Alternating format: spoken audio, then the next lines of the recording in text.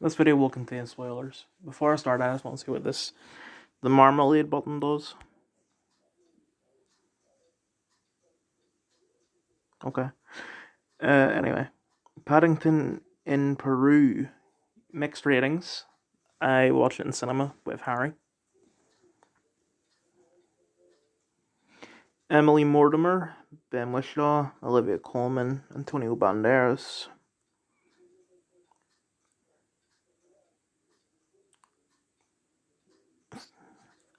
Also, Haley Atwell has a cameo in this. I just want to say about Haley Atwell's character. Paddington, like, before you even see her, the only thing Paddington said about her was she's an American. And Harry, like, when it comes to America, he's a bit of a cunt. He's like, oh, I hate Americans. Apart from all the American TV I watch and all the American actors that I like and all this American stuff, I'm going to tell you how much I hate Americans while I'm watching, well, it's not an American film, but America was involved in it in some way. The theater, probably inspired by American theater, stuff like that. Playing Call of Duty, American game. But her character was actually quite helpful to the film. Like, if it weren't for her giving inspiration to Mr. Brown, then they'd all be dead. Anyway, I seen an article. I didn't read it. I just read the headline where it was like, if you like Paddington 2, it didn't say Paddington 1, it just said Paddington 2, you will be disappointed by this film. I like Paddington 2. I was not disappointed. The rating for this is a 93 on Rotten Tomatoes, and yes, I hate Rotten Tomatoes, but lowest, like, this is the lowest rating a Paddington film has got, and it's a fucking 93.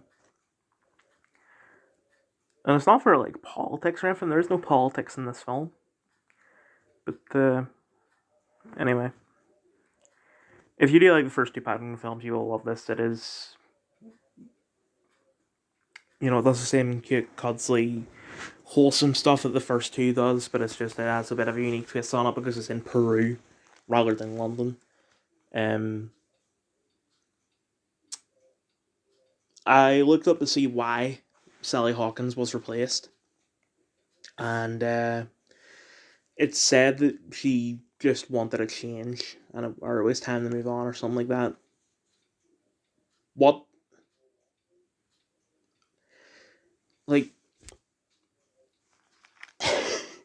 I thought it was going to be something like she was too busy, like she was contractually obligated to do something else, or she had an argument with the producers, or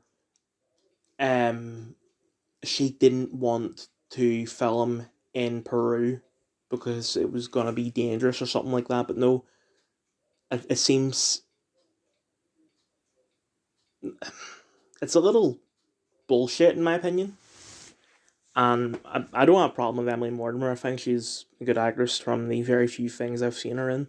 But she had no chemistry with Paddington. With Sally, she immediately, like, was able to act like Paddington was real. But Emily just couldn't. It also feels like this is her first time doing a kids film.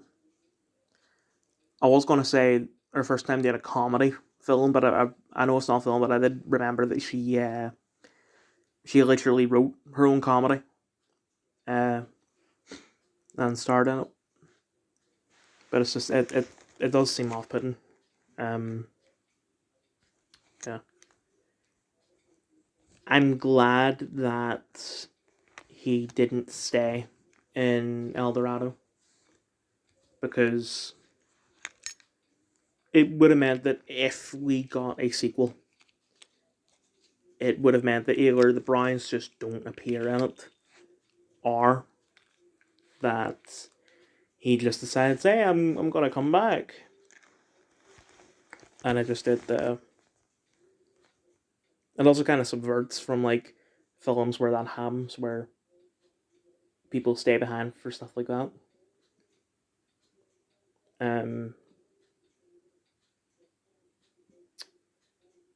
I think that's something else there.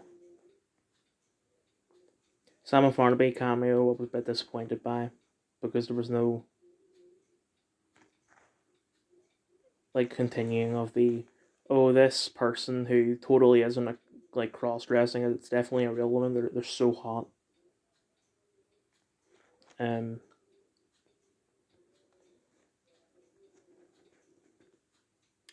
there was something else that like the fucking front of my mind that I was about to say, but I can't remember what it is.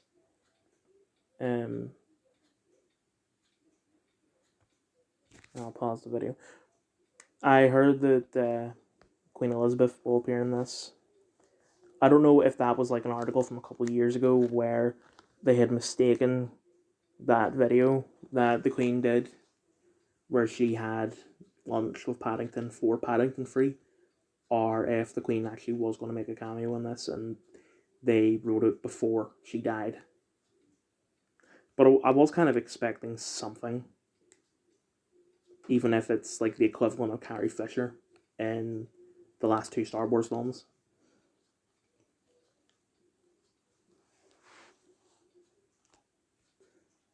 Even though it was for only a couple of seconds, it did feel good seeing everyone from the town. I don't remember what the name of the place is called.